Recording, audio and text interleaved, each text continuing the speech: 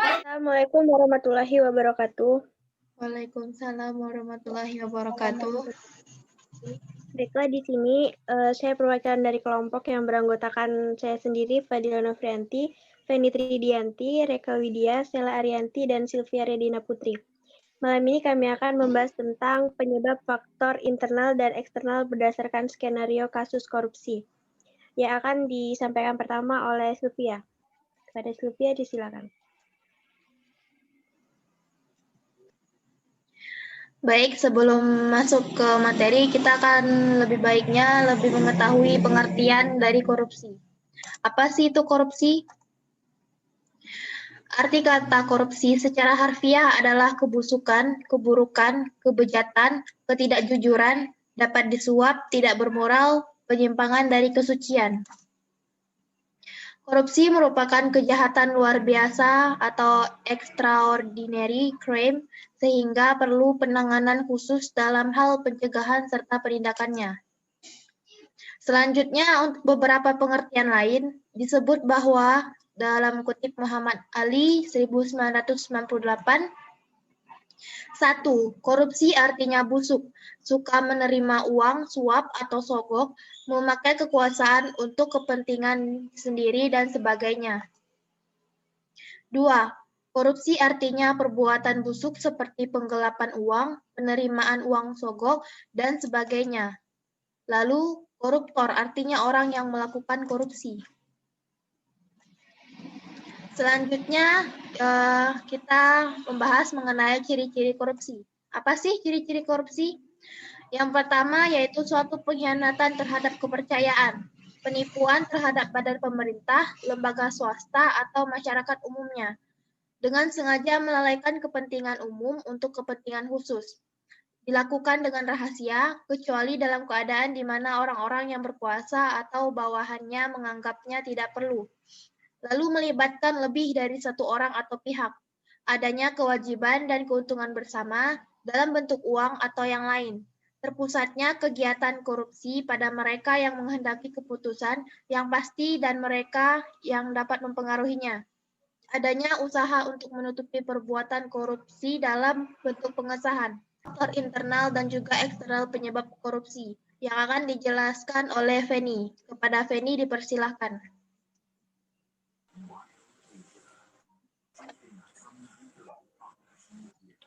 Ada dua faktor korupsi, yaitu faktor internal dan eksternal penyebab korupsi. Yang pertama, faktor internal, ialah pemicu perilaku korup yang disebabkan oleh faktor dari dalam diri pelaku.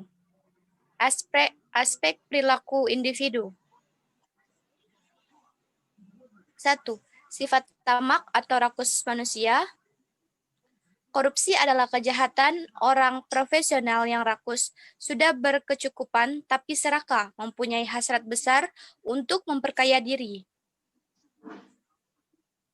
Unsur penyebab korupsi pada pelaku semacam itu datang dari dalam diri sendiri, yaitu sifat tamak dan rakus.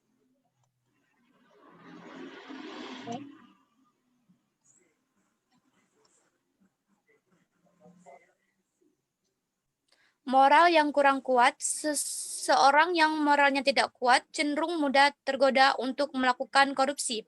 Godaan itu bisa berasal dari atasan, teman setingkat, bawahannya, atau pihak yang lain yang memberi kesempatan untuk itu. Moral yang kurang kuat, salah satu penyebabnya adalah lemahnya pembelajaran agama dan etika. Gaya hidup yang konsumtif. Kehidupan di kota-kota besar sering mendorong gaya hidup seseorang konsumtif. Perilaku konsumtif bila tidak diimbangi dengan pendapatan yang memadai akan membuka peluang seseorang untuk melakukan berbagai tindakan untuk memenuhi hajatnya. Kemudian, penghasilan yang kurang mencukupi.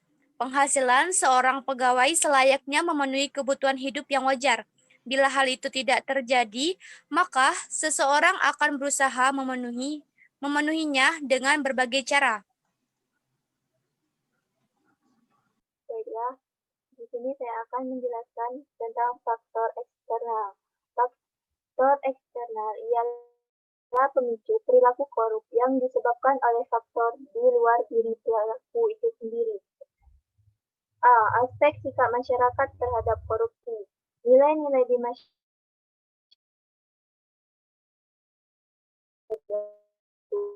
korupsi bisa ditimbulkan oleh budaya masyarakat.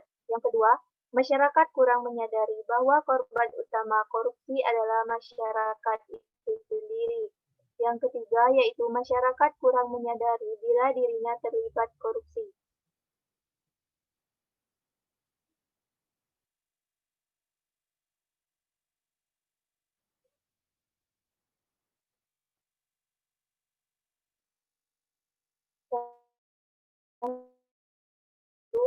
Aspek ekonomi pendapatan tidak mencukupi kebutuhan. Aspek ini dalam rentang kehidupan ada kemungkinan seseorang mengalami situasi terdesak dalam hal ekonomi.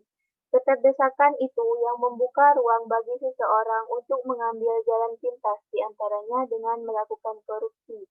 Gaya hidup yang konsumtif menjadi penghasilan yang selalu dianggap kurang.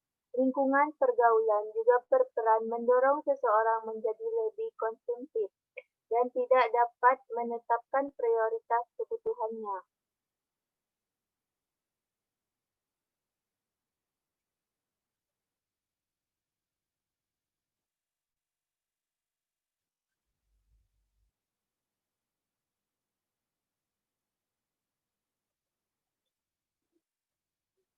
Baiklah, itulah penjelasan dari saya. Selanjutnya, dampak korupsi akan dijelaskan oleh teman saya, Reka Widya. Kepada Reka Widya, kami silakan. Baiklah, saya akan menjelaskan tentang dampak pada korupsi, yaitu 1. Lesunya pertumbuhan ekonomi dan investasi. 2. Penurunan produktivitas. 3. Rendahnya kualitas barang dan jasa pada publik. 4. Meningkatnya hutang negara. 5. Mahalnya harga jasa dan pelayanan publik. 6. Pengentasan kemiskinan berjalan lambat. 7. Terbatasnya akses bagi masyarakat miskin. 8. Meningkatnya angka kriminalitas. 9. Solidaritas sosial semakin langka dan demoralisasi.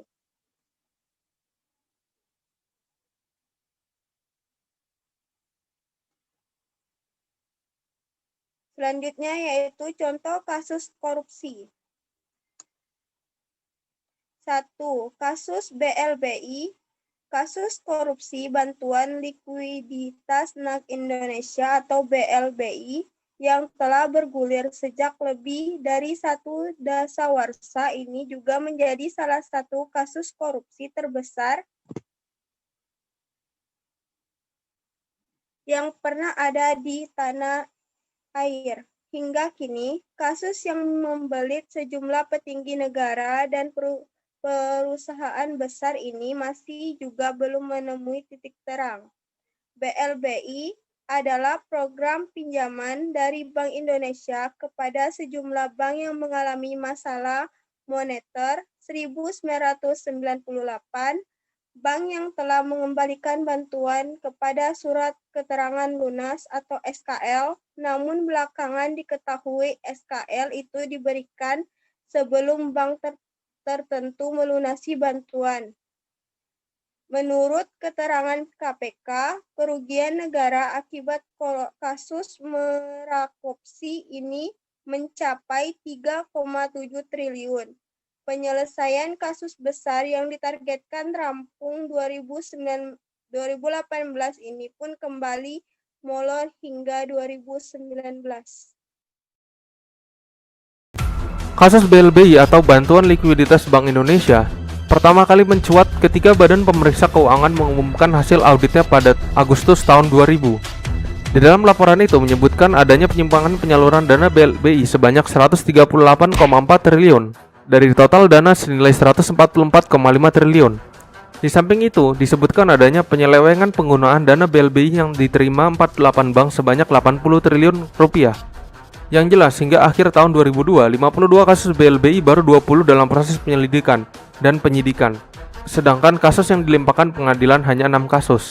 Masyarakat Indonesia tentunya ingin kasus ini dituntaskan karena sangat merugikan negara Indonesia.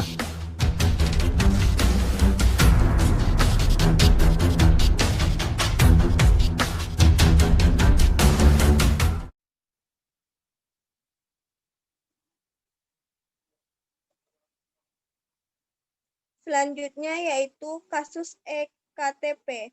Kasus pengadaan EKTP menjadi salah satu kasus korupsi yang paling fenomenal. Kasus yang menyeret mantan Ketua Umum Partai Golkar, Setia Novanto ini telah bergulir sejak 2011 dengan total kerugian negara mencapai 2,3 triliun. Setidaknya ada sekitar 280 saksi yang telah diperiksa KPK atas kasus ini dan hingga kini ada 8 orang yang telah ditetapkan sebagai tersangka. Mereka adalah pengusaha Madeoka Masagung, keponakan Setia Novanto, kini Irvanto Hendra Pabudi, mantan Direktur Pengelola Informasi Administrasi Kependudukan Dirjen Dukcapil Kemendagri Sugiharto, mantan Dirjen Kependudukan dan Pencatatan Sipil Kemendagri Irma, pengusaha Andi Narogon, mantan Ketua Umum Golkar Setia Novanto, anggota DPR Markus Nari, dan Direktur PT Quadrat Solutin Ana Sugiana Sudiharjo. Yang 9, kasus korupsi IKTP. Di dalam kasus ini, KPK menilai kasus KTP elektronik adalah kasus yang sangat serius lantaran melibatkan banyak sekali para petinggi negara. Kasusnya bermula pada saat Kemendagri mengumumkan konsorsium PT PNRI sebagai pemenang tender proyek dengan harga 5,9 triliun. Namun lembaga Indonesia Corruption Watch menilai adanya kejanggalan dalam proyek tersebut. Nama-nama yang diperiksa oleh KPK antara lainnya adalah Mendagri Ahmad Fauzi, Gubernur aktif Jawa Tengah Ganjar Pranowo, hingga Ketua DPR Setia Novanto. Di akhir kasus ini, tersangka Setia Novanto dihukum 15 tahun penjara dengan denda 500 juta dan dicabut hak politiknya selama 5 tahun. Dalam proyek IKTP ini, negara dirugikan sebanyak 2,3 triliun rupiah. Dari penjelasan saya kembalikan kepada moderator. Baiklah, terima kasih kepada rekan-rekan yang telah mempresentasikan materi kita untuk malam ini.